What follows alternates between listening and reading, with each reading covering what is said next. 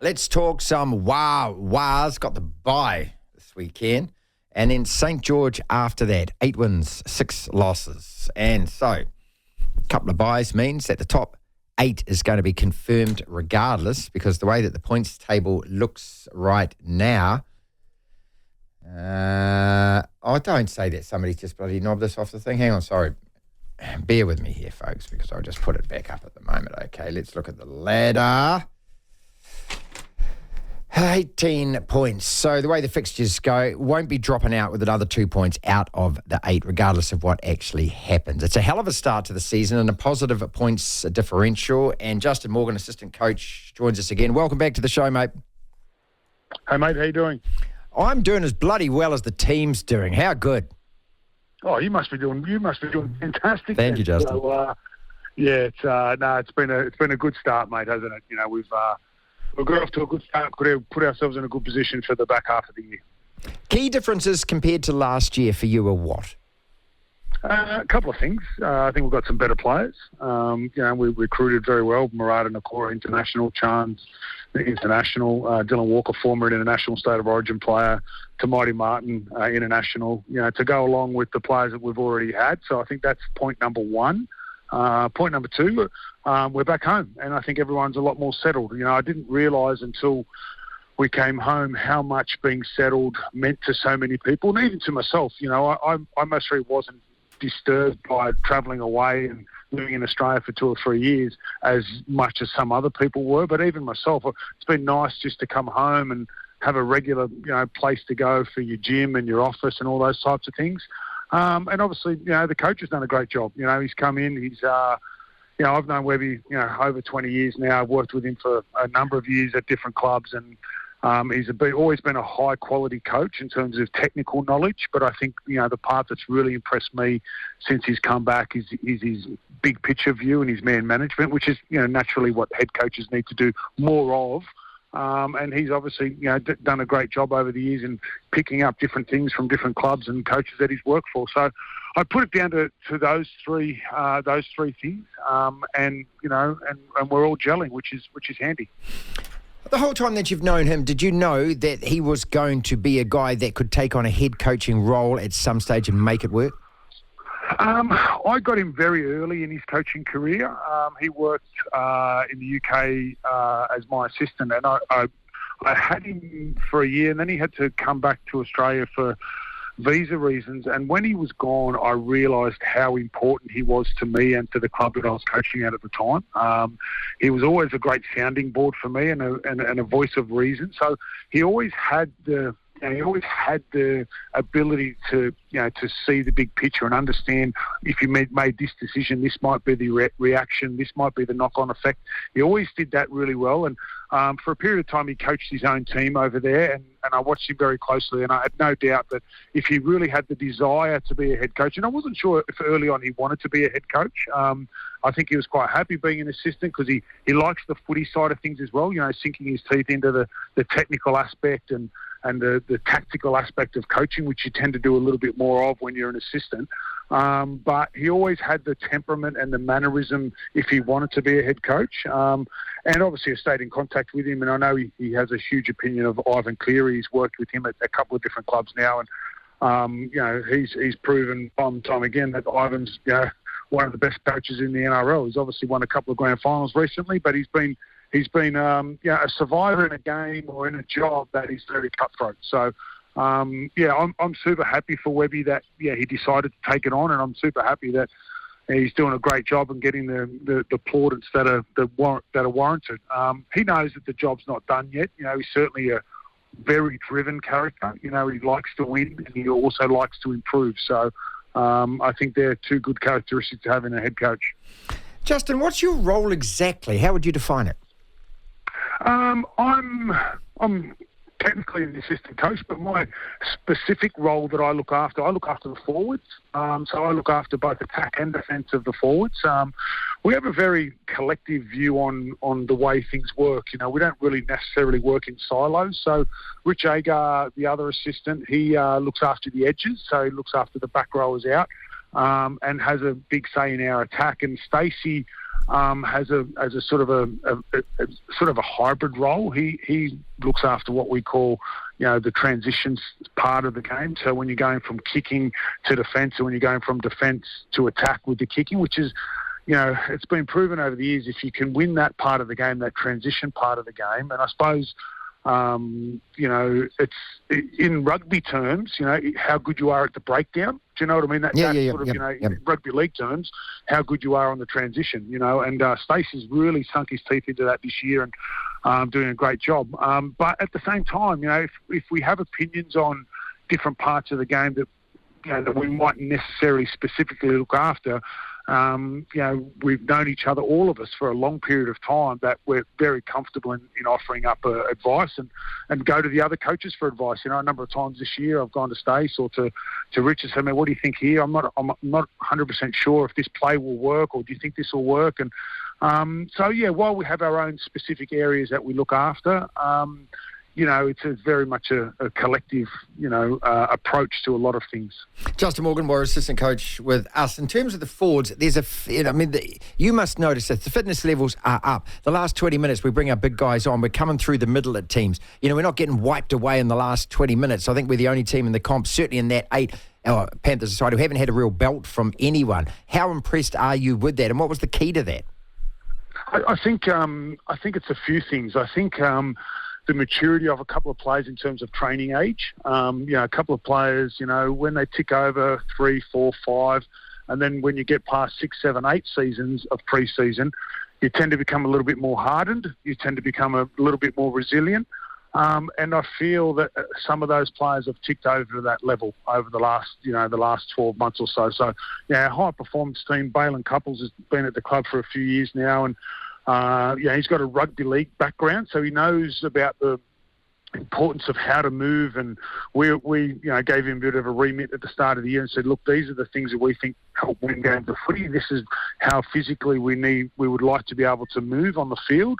And really, in a nutshell, we wanted to have a nice, fast-moving defence. We felt as though if we defended well and moved fast, that would put us in good stead. So, he tailored our training in and around that, and the players bought right into it. And I think you're 100% right. I feel as though that, the weekend's game against Canberra, we absorbed so much pressure, absorbed, and then we were able to go another gear and go over the top of them at the back end of the game. And that's a little bit of physical, but it's a little bit of mental as well. So I feel as though the mental part of the game, we've made some really good strides forward. And Webby, from a coaching point of view, talks about it all the time. He gives them practical things to practice, gives them practical examples about how they can get better mentally, how they can become more mentally strong. And one of the real simple things we did in the preseason was we were very competitive with what we did at training. There was always an element of training there was competition to, and there was always going to be consequences for the losing team. And it wasn't just a token 5 push-ups or buy a coffee or something like that. There was some physical hard activity if you didn't win. So I think that helped players recognise the mental application of the game and how important it was, and he hasn't let it go. And guys like Kai, who's come in and doing our wrestling, he's you think about the UFC, that's a very, very physical game, but a lot of those guys mentally they need to be in a certain space. So we've been able to tap into what those guys have been doing at City Kickboxing, and been trying to apply some of those things to our game. The attitudinal change, and just cast your mind back to last year. We won 2 out of the last 16. I hate to remind everyone about this. That's the truth, though, and you can't dust over it. And watching Stacey when he was the coach, press conference after press conference, talking about guys giving up, not wanting to play with pride. So the attitudinal shift, it's something that's real. How do you put your finger on it and say, what have you noticed, how that attitude has changed? Well, I think, I think the back end of last year, there's only a couple of wins. I think everybody was extremely upset and embarrassed and all those negative feelings that you get. And I thought, coming home, everybody said, they're home now, and I think it was a reality check. We're home now. We're just going to have to do it. We're going to have to pull our finger out, and we're going to have to get the job done, because fans, sponsors, supporters of the club, they didn't want to see us, be living away, but they also didn't want to see us, losing games, So we just had to do it. And, Webby came with a super positive attitude to coaching. And I think that helped, and the happiness that players are feeling by being at home. And I use Sean as the best example. Yeah, it's a great example. He's at home now. He's settled. He obviously still has the up in the air. Is he going to play next year? Not going to play next year? So that's still weighing on his mind. But the fact that he's at home with his wife, he's with his daughter, he's happy. Torhu Harris is a huge family man. Him, while he had his wife and son over in Australia with him, it wasn't his home. So being able to take the kids to school and all those little things, really, really important to those guys. And I think that's helped, give them extra drive. What is the key to maintaining momentum? And the sub part of that question, Morgs, is how do you temper the excitement? Because the external noise, I know that you're aware of it, and everyone's starting to go, "Oh, we're top 6. We might get a home semi here." I think you have to embrace it a little bit. The reality is that while people are getting excited, we're allowed to get excited too. We're allowed to dream, but you can't let the dream or let the excitement take over what needs to be done. Webby is really good at reminding players what wins games. What helps us win games. What training looks like, for us to be successful. How does training look in terms of intensity? How does training look in terms of effort? All those types of things. So he's not afraid to address those, and he's also not afraid to celebrate the wins. He said it's important. You've got to celebrate. You've got to celebrate the wins. So as necessarily we get closer to September, the external noise hopefully gets a little bit louder. But again, that coupled with, understanding that the mental side of the game is important. You have to handle that pressure. You have to handle that stress. You should embrace it. You should take it front on. You should say, yep, people want us to win. We're expected to win. Well, that's what we're going to do. So that's the kind of attitude that he's really put into the group. I love that thing, isolate and separate. We've won this game. Yeah, pat each other on the back, have a good time tonight, then think about business tomorrow. You got a bye this week, mate, and that's a second bye in close proximity. Would you rather be playing on this momentum? I think because we've just got a number of injuries at the moment, it's mostly come at a good time. Tamati needs another week. Dylan Walker should be back next week. Jazz is not too far away either. So while we're missing some key personnel, it's nice to have a little bit of a break. But again, hopefully we can get that momentum. I think the back end of this week we've had relatively short training sessions. We've got plenty out of them. It's a week that I feel so far that we've got plenty of progress. And sometimes when you have a bye week, you sort of tread water a little bit. But the players have really come in and they said, we want to work on this. We want to practice this. Let's get better at doing this. And that's been reflected in the way we've played, or the way we've trained, I should say. So, we'll reset over the weekend and then roll in on Monday. And it's good that we've only got a short week next week. We play Friday, which is fantastic. So, it's a relatively short week in terms of, Monday through to the kickoff. So, it is what it is. But with the injuries that we've got, we'll take the break while we can.